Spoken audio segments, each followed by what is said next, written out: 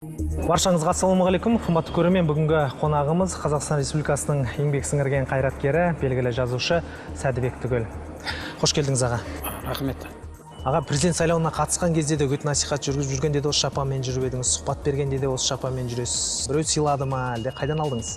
2013 жылы Өскеменде менің кіндік қаным тамған Шығыс Қазақстан облысы ғой, Өр-Алтай, Асқар-Алтай, Асау-ертіс, Ерке-ертіс соның жағасында. Сонда өсе бер, өрле бер шығысым деген шығармашылық кешім болған.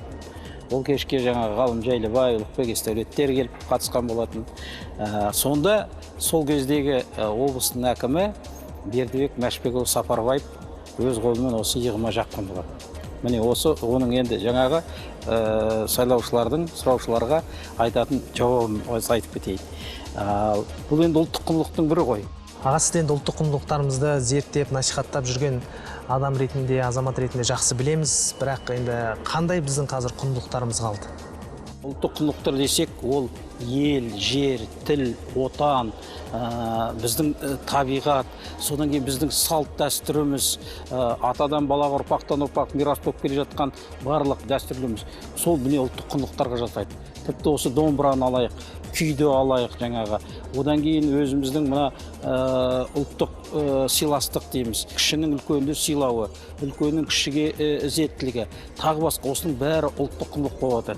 Бұл ұлттық құндылықты жоғалтпауымыз керек. Ұлттық құндылықты қайтадан арттыруымыз керек. Ұлттық құндылығы болғанда халық өркениетте жаңағы басын көтеріп жүреді. Бірақ енді сол жаңа өзіңіз айтып отырған ұлттық құндылықтарды айтса кейбіреулер кірпіше жиырылып, бір жиіркенішті көзбен қарайтын сондай кездер болады. Жиі онда енді өзіңізде кездескен шығарсыз. Күйінетін кездеріңіз бола ма сондай кезде? Не істейсіз сондай? Жүрегімді ауыртады. Кәдімгідей мен азамат ретінде. Неше түрлі маргиналдар, мынау қаптап жүрген осы жаңағы шала пұла адамдар олардың бәрі.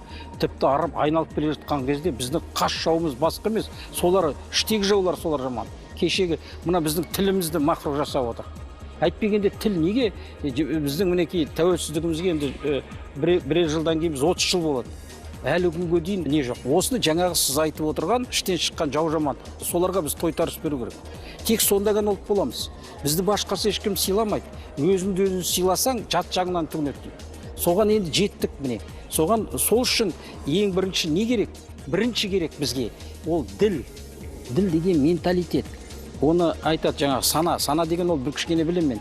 Ниет керек міне. Осы ниетімізді өзгертуіміз керек. Сол енді сайлауалды бағдарламаңызда арасында жын ойнаққа айналған орындарды азайту, жеңіл жүрісті жолға түскен қыздарды тыюға қатысты да көп нәрселер айттыңыз. Оны әлі жалғастырып жүрсіз бе, әлде сол қалды ма сол кезде? Біздің 2000 жылдық тарихымызда қазақтың мынау жаңағы жезөкшелік деген, проституция деген болған жоқ. Жастардың басқа жолға түсу деген мұндай болған жоқ. Ал қазір қаптап кеткен, алсаңыз, қай қаланы алсаңыз, қазір үлкен мегаполистарды, жын ойнақ. Камикадзе ретінде өзім бірінші немді неден бастадым ғой, жаңа түнгі клубтардан. Сонда өз көзіммен көрдім Медетжан. Шетелдіктер бір Қытайдың алдында жаңа тізесінде біздің қазақтың қаракөз қыздары. Солардың жаңағы 50% студенттер оқып жүрген. Сізді мынау біздің жылқы жануарын жақсы зерттеп жүрген азамат ретінде білеміз, қанша кітаптарыңыз шықты. Сол жылқы спорты, жалпы осы жылқыға деген көзқарас, мал ретінде асырау болмаса жаңағы үлкен жарыстарға қатыстыру, бренд жасау деген мәселе қазір қалай жүзеге асып жатыр? Ең алдымен қайдасын қазағым қазан деген кітап, мына Сауытбек Әбдірахманов редактор болып тұрғанда 2000 жылдың басында егеменде шықты, бірнеше талқылауда болды. Соның негізінде жаңағы сондай атпен кітап шығардым. Кейін Кеңес Рақышеваға мына тақырыпты ары қарай үлкейтейік, осы бір толыққанды кітап шығарайық деп, қазанат деген кітап энциклопедия шығарды. Сол қазанат кітабы қазір Медетжан 4 рет жаңағы баспаханадан басылып шығып, атбегілердің қолына түспейтін кітапқа айналды. Қазанат деген қазір шаруашылықтар ашылып отыр, ат спортының мектептері ашылып отыр, ипподром ашылып отыр деген сияқты. Бұл халықтың арасында үлкен кең неге ие болды. Мысалы, арнап бере жатырмыз. Сол біз ашқан ұлттық ат спорты федерациясының негізінде өмірге 20-дан артық ұлттық тұрғыдағы федерациялар келді. Ұлттық спорт қауымдастығы кейін біздің тікелей қатысуымызбен 2004 жылы өмірге келді. Ал ең алғашқы қазақ атбегілерінің тұңғыш құрылтайын біз 95 жылы бірінші наурызда Алматы қаласында соған мұрындық болдық. Кезінде астанамыз осы жаққа көшкен кезде әкімшіліктің баспасөз қызметін басқардыңыз. Одан кейін бірнеше республикалық телеарналарда жұмыс істедіңіз. Сізге енді ардагер журналист ретінде, осы саланы білетін маман ретінде сұрақ қойғым келіп отыр. Қазіргі журналистиканың қандай кемшіліктерін байқадыңыз? Ең бірінші онда журналистика шындықты жазу керек. Мына өзі әділдікті жазу керек бар нәрсені осында. Осы жағынан біз кемшін түсіп жатырмыз деп ойлаймын. Содан кейін екінші журналист мәселені тек қана көтеріп қоймай, соның орындалуын ықпал жасау керек. Біздің кезімізде сол бар болатын. Екінші енді мына журналистерді қазір бір заңдылықпен әшейін қысып тастаған сияқты. Бұрынғыдай емес, бір жауапкершілік алу деген.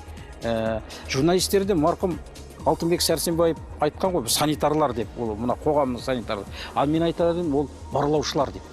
Мына біздің мінекей ең, ал барлаушылар деген разведчиктер, олар жаңағы ержүрек адамдар болған. Ержүрек жауынгерлер, соғыстың алдыңғы шебінде жүрген. Журналистер де сондай халық мінекей. Журналистердің одан кейін басын қосу жағы бізде кемшін соғып отыр. Басқасын бәрін, журналистер бәрі үшін жұмыс істейді, а журналистерді қорғайтын ұйымдар, қоғамдық ұйымдар азғантай. Міне осы жағы мені қынжылтады. Аға, уақытыңыз бөліп бізге келгеніңізге көп рахмет. Бала шағаңыздың, немерелеріңіздің қызығын көріңіз, еңбегіңіз жемісті болсын ары қарай. Рахмет сіздерге. Табыс тілеймін өздеріңе. Рахмет.